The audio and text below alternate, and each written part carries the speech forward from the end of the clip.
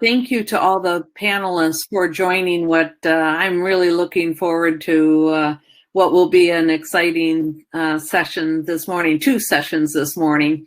The only thing I would like to do before we get started is just to reinforce something that you just heard from Harsha, and that is the role of partner organizations. While WGIC members are in fact industries, companies, small, medium, and large, in the entire geospatial ecosystem, we really rely on partners outside the private sector to help create bridges for us. So thank you to all the panelists this morning for joining this session. And then lastly, for the audience, thank you, because for those of you that have participated in the first 2 days, boy, I sure have learned a lot from the speakers that we've had. So thank you again to the audience for joining this 3rd day of the AI conference that WGIC is presenting. So without further ado, let's go to our first speaker for AI Trends, the WGIC Partner Panel, Eduard Escalona, Market Development and Innovation Officer from the European Global Navigation Satellite Systems Services Agency, so GSA. Eduard, over to you. It's a pleasure to be here, and it's very relevant for the work that we are doing now and the work that we'll do as an agency in the future. And let me explain a little bit more why. So let me just say a bit, give a bit brief introduction to the European GNSS Agency. So we are an operational agency that is responsible for the service management of the European navigation systems, which are EGNOS and Galileo, and also in charge of the market development of these GNSS programs. As of next year, and following the new European space regulation, the agency will change its name. So it will no longer be the GSA, but it will become the EU Agency for the Space Program, or EU SPA. And this means that we'll also enlarge our responsibilities, not only to the navigation systems, but also for the fostering the market development and adoption of the European Earth Observation Program, Copernicus. And why is this important today? Because these space services together produce huge amounts of data. And data basically is a cornerstone of artificial intelligence. So the more data you inject to AI systems or machine learning algorithms, the more meaningful this information they will be able to extract. And if we, for example, take a look at the amount of data that Copernicus generates alone on its own every day, with more than 16 terabytes of data per day, we can already imagine that that data used and curated wisely can provide a lot of useful information for AI training algorithms. But not only on the Earth observation side, but also on the considering all the devices that nowadays are using location-based systems and based on GNSS. I'm not talking about professional devices, but even mostly smartphones or wearables in which all these capabilities are already available and everybody's using. So the amount of data that the applications that are using this kind of positioning data can generate, it's really tremendous. If we take a little bit of a closer look into the Copernicus case, for example, the European Commission, together with relevant industry, has established open and free mechanisms for accessing these Earth observation data, either being directly through conventional data access hubs, as you can see on the left, but also through Copernicus Data and Information Access Services, which are also called DIASes. And moreover, these DIASes are not only they are not only able to provide data, but also offer cloud services and specialized tools that can facilitate the implementation of artificial intelligence applications. And the European Commission knows the importance of data in becoming the core of the digital transformation, influencing production, consumption, and overall in any aspect of the lifestyle of citizens. But also it knows that it is an essential resource for startups and SMEs in developing new products, innovative products and services, and for mainly training in artificial intelligence systems. And to fulfill this potential and ensure the global competitiveness of Europe, the European Commission has defined a European strategy for data, which aims at creating a data single market.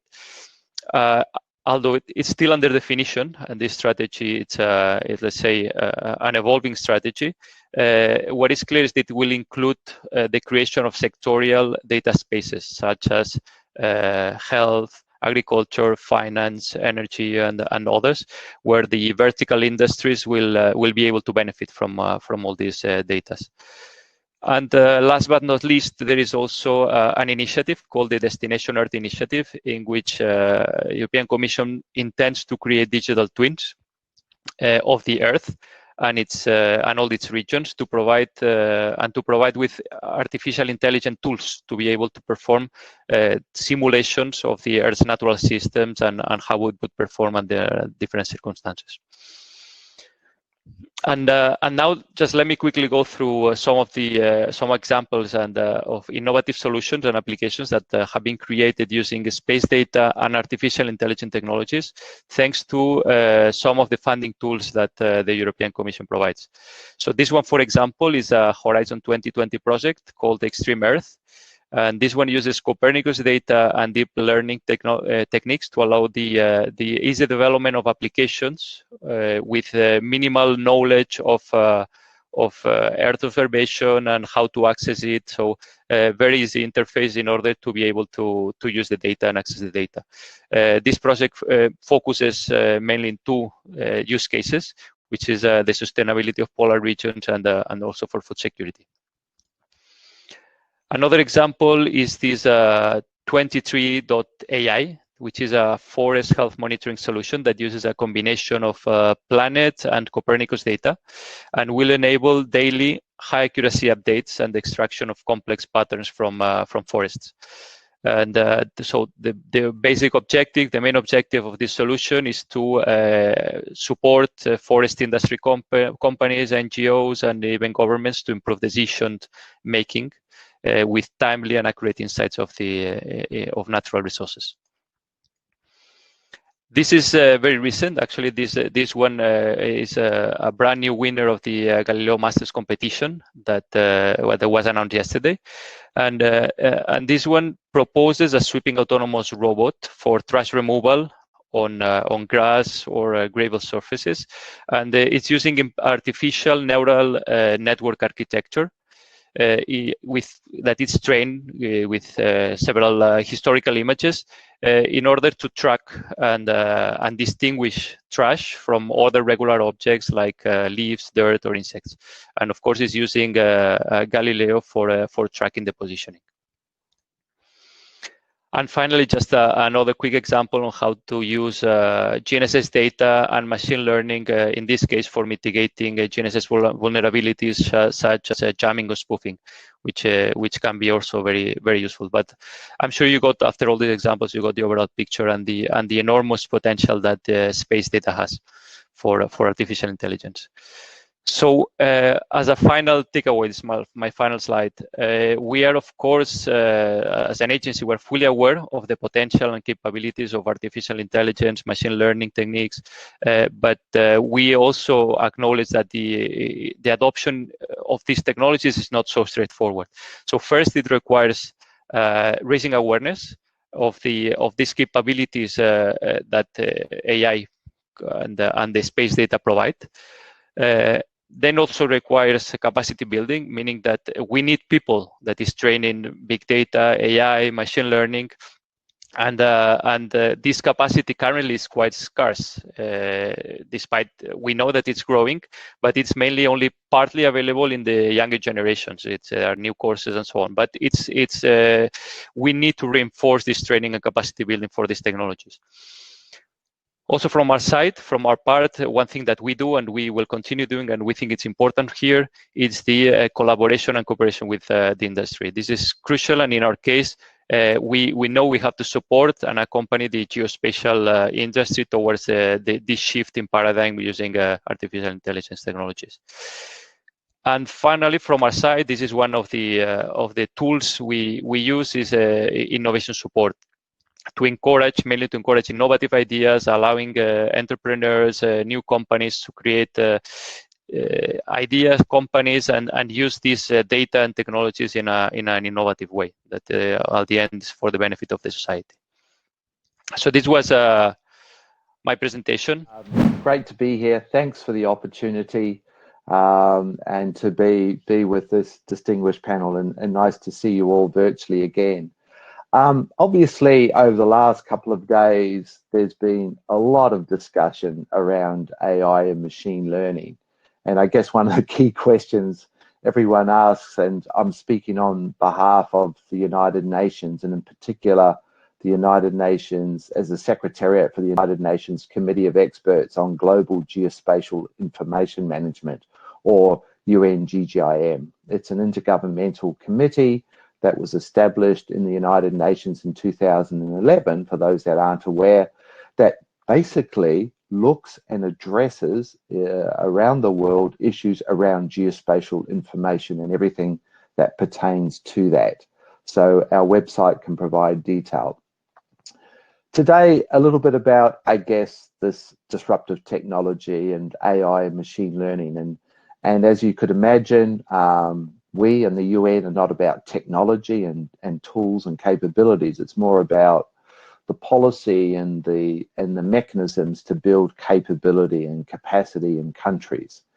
And our big agenda, as you could imagine as well, is obviously the Sustainable Development Goals out of the 2030 Agenda.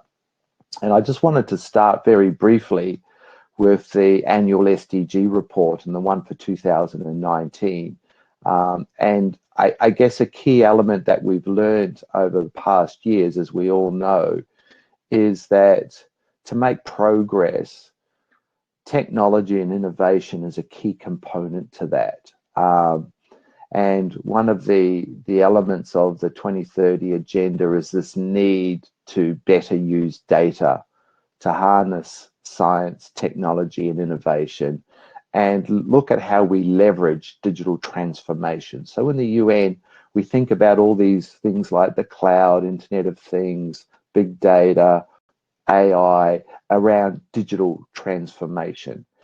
And I think a key thing for us in the UN as a message is that this disruptive nature of all of this transformation and innovation and the impacts that it's having on our global society brings with it expectations from the community. And we've already had a number of presenters over the last 2 days that have said, and I agree, is that AI is not straightforward. It's not easy. It's not the panacea. It's part of an evolving technology capability. But that expectation on what level of detail we record now and what's happening where around the world, that expectation is changing very, very quickly. And the challenge for us is to look at how we deal with it. And obviously, all of these technologies in our geospatial community, Earth observations and BIM, in engineering and many other areas, we're seeing where technology is aiding us significantly in what we can do on a day-to-day basis, how we collect data, acquire it, how we process it, and how we deliver and disseminate it and use it to become more knowledgeable and have greater insights than what we've had in the past. This is brilliant stuff. Part of that challenge, though, is this divide. In many parts of the world, they don't even know what this stuff means. It's a real problem, if I can say this, in that all of this technology capability and digital transformation, on one hand, is making us more efficient and productive, but on the other hand, it's creating a greater divide between the developed and the developing countries. And this is something that we've been trying to address in the UN, obviously. One of the means that we've gone about that, and I'm not going to talk to this slide in detail, but in essence is about developing frameworks for countries. And on the left side, you can see the global development frameworks, obviously led and the overarching one being the 2030 agenda and the SDGs. So within UN-GGIM, we've also developed a number of frameworks that are underpinned by 10 years of work now. And the peak of that is what we term as the IGIF, the Integrated Geospatial Information Framework. It's been developed to basically assist countries, to assist them in strengthening their geospatial arrangements in countries. And in essence, these are the key elements to that framework, those strategic pathways. And again, I won't focus on this. This is all on our website. But I did want to focus on that center pathway, the pathway that anchors all others. That's the central core of these 9 strategic pathways, is innovation. And really that becomes the glue for all of these other pathways, because that's the one pathway where we can leapfrog very, very quickly. We can evolve in different areas of these, but innovation provides us with an opportunity, and with countries in particular, to be able to leapfrog and to be able to harness and use some of these technologies. And I'm just providing a couple of sentences out of the IGIF that talks a little bit about these sorts of things, about the roles that all of these capabilities are playing. And what the IGIF does then is actually provides guidance to countries under areas around technological advances, innovation and creativity, process improvement, and bridging this geospatial digital divide, including is the means to how they can, in simple terms, start using big data, the internet better, artificial intelligence, in simple ways, step-by-step approaches. We've also just recently, with our colleagues in the Ordnance Survey of the United Kingdom, just completed the 3rd iteration of the Future Trends in Geospatial Information Management. And it's a vision document that's put together by countries around the world in a 5 to 10 year vision. So this particular one, you can see here, and I hope it's legible, across the different drivers, the 5 main drivers. Technological advances obviously is a key component. And within those trends, you can see also that the understanding of about edge computing, around immersive technologies, machine learning, deep learning, AI, and all of these other means are really disrupting the geospatial production and delivery cycle, but also enhancing them as we move forward. And again, they're very much step-by-step approaches as to how we leverage these capabilities. One final thought, and I really like this comment from the Director General of UNESCO recently around artificial intelligence in particular. And I know many of you will understand that this is really part of the technological revolution. It is moving very, very quickly. But with that, as I mentioned earlier, comes risks. And there's risks of what data is being used for what sorts of purposes. And also the fact that it can create significant upheaval and compromise for many countries and many citizens around the world. And so one of the key ethics, if we can call it that, from the UN is to always be cognizant of humanity, and that we do not cross this boundary where we're actually starting to consider the risks around people and their privacy and their understanding, and what we do to replace the humanist approach based on these values and human rights. Really, really important. It opens up really exciting prospects, but it also will bring social upheaval, and this needs to be considered carefully in the years ahead. So with that, I look forward to further conversation and discussion, and thanks, Barb. That's my brief topic for today. Thank you. Thank you very much. I'm very delighted to have this opportunity to briefly express our view to the AI and engineering. Could you see my screen? Yes. Okay, let me use this title, Leveraging AI to Empower Engineering for Sustainable Development.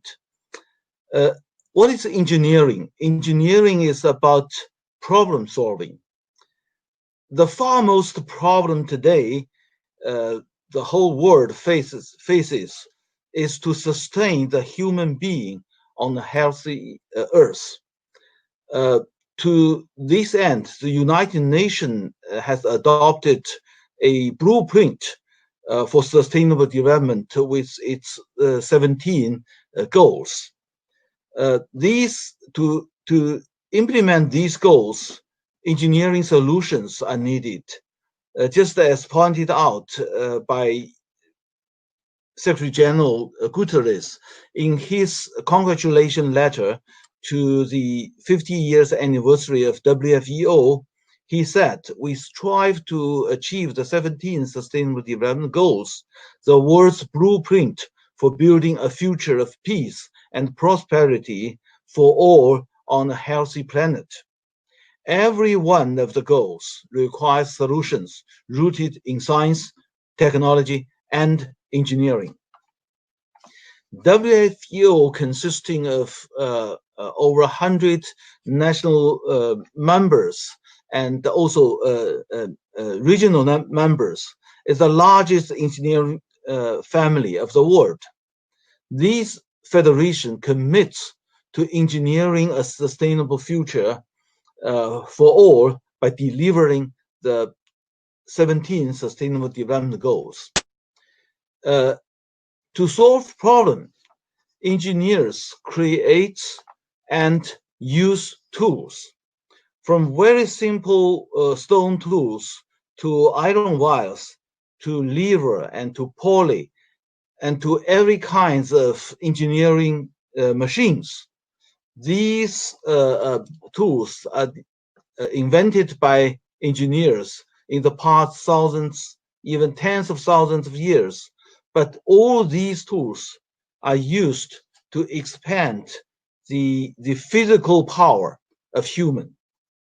While the invention of computer and from computer to artificial intelligence, these new tools are invented and used to expand the brain power of the human. Assisted by big data, as previous speaker pointed out, big data is the cornerstone for AI application, and assisted also by great computing power. Artificial intelligence could help engineers to find small product defects, to predict possible system failures, to optimize engineering solutions, to automatically sense and respond, and assist to make decisions, helping to diagnose diseases and so on and so forth. AI could acting as an agent for searching, sorting, analyzing, testing, operating, communicating, and so on and so forth. Artificial intelligence will bring engineering into a new paradigm, which is internet-based, data-driven, software-defined, and AI-empowered.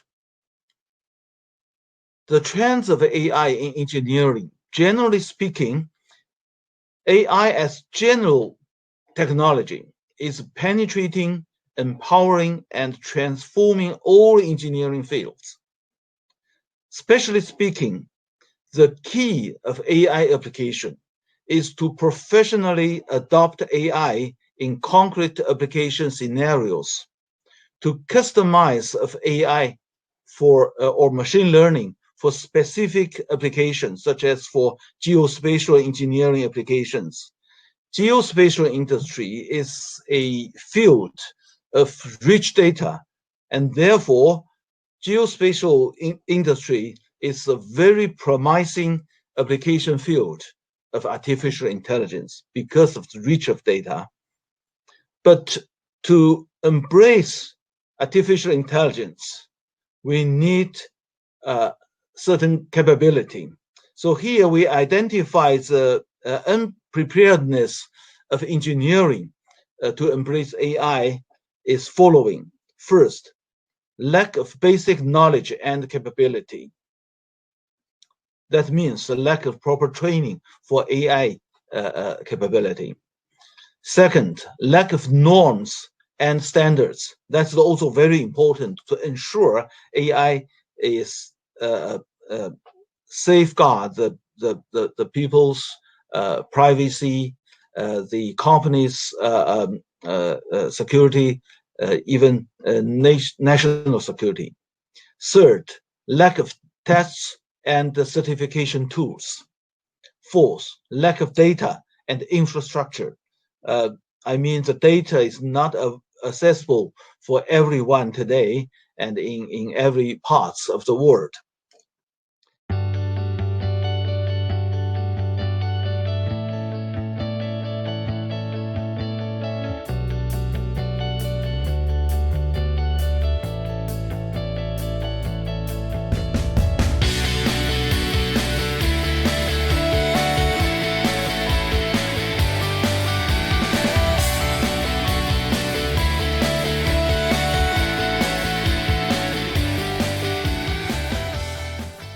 Barb, I was actually just trying to answer Terry in the chat as well. One of the things that we do have under the architecture of UN-GGIM is a private sector network, and so there's many corporate entities that are part of that network. So we have a number of thematic groups, which includes an academic network, the international geospatial societies, but also the private sector network. And really. The WGIC itself, which was launched at one of the sessions of UN-GGIM, is also a key supporter and contributor to the UN-GGIM process as well. So I hope that helps, Terry. Maybe from my side, if I can add something briefly, for us as a European-wide agency, we, of course, our admin board is composed of member states, and we are always working with them towards our strategy, what strategy to adopt, giving them advice on how to support the industry in their countries and so on. But also from our side, whatever we can do in order to support the industry and to bring their voice to be heard at higher levels, at the European Commission level, this is what we try to do, and this is why actually we became members of the partners of WGIC in order to hear the voice of the industry, because at the end of the day, what we are building are services that are for users and for the industrial stakeholders. So for us, it's very, very important to be able to listen to the industry, because at the end of the day, it's the services that we're building have to be used by them. So we don't have, let's say, regular or standardized meetings or a way to do this. But all these workshops, and we are also doing workshops and trying to collaborate as much as possible in these events, so that your voice can be heard. I want to add another add-on question to Greg. For example, Greg, UN-GGIM is doing country-specific strategies. So how can WGIC members get involved into those discussions on country-specific strategies? That I think Terry's question is probably towards that. Well, I guess a lot of the work that we're doing with countries tends to be with governments, and typically the national geospatial mapping cadastral agencies are the key. They're the key points of contact with our intergovernmental process. So many of those arrangements, for example, the ways that we're going about the implementation of the IGIF is led through the national government, through the ministry or department or geospatial organization. But in that, one of the key elements right at the very start around leadership and governance and understanding the needs of the geospatial program for a country requires a lot of situational awareness and gap analysis. So what we do there with guidance is to bring together a broad range of stakeholders that are in government, but also from academia, industry, local governments, and other key sectors that can contribute and input into the needs, the ongoing needs of these. So to a degree, it's up to each individual country how they go about it, but our guidance and recommendations is that they make it very broad and encompassing and inclusive. And that increases the value proposition when you are particularly going back to government for example, a budget or a program that you want to maintain into the future. So it's case by case, but we try to encourage inclusivity in that. Greg, let me just ask a follow-up question because I was actually responding in the chat box to trying to get Professor Gong back on. Does the IGIF, the Integrated Global Framework, Information Framework, it obviously calls out for inclusivity. Does it make a special call at the country level to try to reach out to the private sector within that given country? And I apologize if you answered that in your previous. It does. No, it does. It does. Yes. Yes. And we actually did a white paper with WFEO and Professor Gong earlier this year with WGIC and Geospatial Media that actually looked at the whole concept of BIM, of sustainable development, and also the role the IGIF plays in that. What I will also add, for those that may or may not have seen, is industry and the private sector are now also using the IGIF themselves. It's a very broad framework. It's developed for countries, but it's being used now. There are major industry partners that we all know that are now using that as an underpinning framework in terms of messaging and communication in particular. Let me say a couple things, and then I think we can go ahead, and you've got a couple slides, Harsha, where we've got some general questions. But before you put those up, let me just say one thing that will tie in yesterday's session a little bit.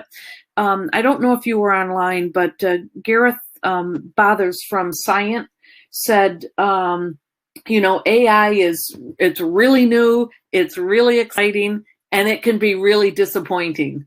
And I thought that was kind of a clever comment because each of you, and actually even Professor Gong before we lost him, made references to some of that those disappointing aspects. Edward, you talked about the challenges as well as the opportunities, whether it's capacity building or cooperation with industry or innovation and support and just general awareness. Greg, you talked about the digital divide, and it may be getting wider and deeper. And then also the ethics issue, around privacy of information. And, we certainly don't want to do any harm on that regard. I will mention that WGIC put together a policy report on the protection of personal privacy information because the industry is also very interested in this. They know that that's an important issue, and there are regulations in different parts of the world that would drive that.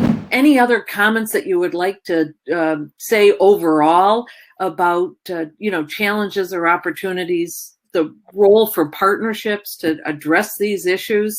Any comments? Feel free to jump in. I think more or less you summarized it very well. I think AI is like kind of a new toy in which we know it's very, very powerful, but we must know how to use it. And it's not that simple. It's not like I want to use AI, I just press a button and then the computer will give me some results. So you really need to train people on how to produce those algorithms and how to use those data. So we always say that the more data you have, the better. But that data needs to be curated. That data has to be classified. So it's really something that we are starting to see how powerful it can be. But I think we're still far ahead. So for seeing the final, the fully fledged AI power that what can bring to us. Yeah, that's a good point, because I did think what Professor Gong said before we left. Before we lost him, with whether it was a need for training, standards, certification, data. Those are important points. Greg, anything to add to that before we go to the next question on the slide? And I welcome you to just transition right into that question as well. No, it's a good point. I really enjoyed Gareth and Willie Gominder yesterday. They made some really relevant points. I think the challenge we have, and it's a little bit something we've discovered in the UN. You know, we tend to deal with diplomats and policy people a lot, and when we talk about, even in the context of the 2030 agenda, when we talk about the need for data, and we talk about big data and the Internet of Things and all of these jargon technology language, it gets lost very, very quickly by decision makers. And the key element then is, okay, so you've got all this great stuff. What's it going to do? What difference is it really going to make? And a key thing then is that we need data, and the data often is still not there yet. Yes, it can add to data and it can build on data and it can make it more intelligent, but you still got to have that data to start with. And one of the biggest challenges we see is that, and you're right, this divide is growing. Technology is growing the divide rather than reducing it. And the reason being is that it's not a technology issue, it's a capacity and capability issue. And it's not an education issue either. It's literally capacity and capability and the data to sustain this engine of technology that's being driven at the moment. And I think that's the biggest challenge. And if I can just a quick follow up on that, I think it's very important because there is a lot of data out there, but most of this data is private actually. So to be able to really allow everybody to provide innovation, I think it would be very useful that at least governmental entities and public entities can provide this data for free. And this is what we are trying to do, at least with space data. Copernicus data is completely open and free, and everybody can use it. And we think that is the way that we can really help to flourish innovation in this sense.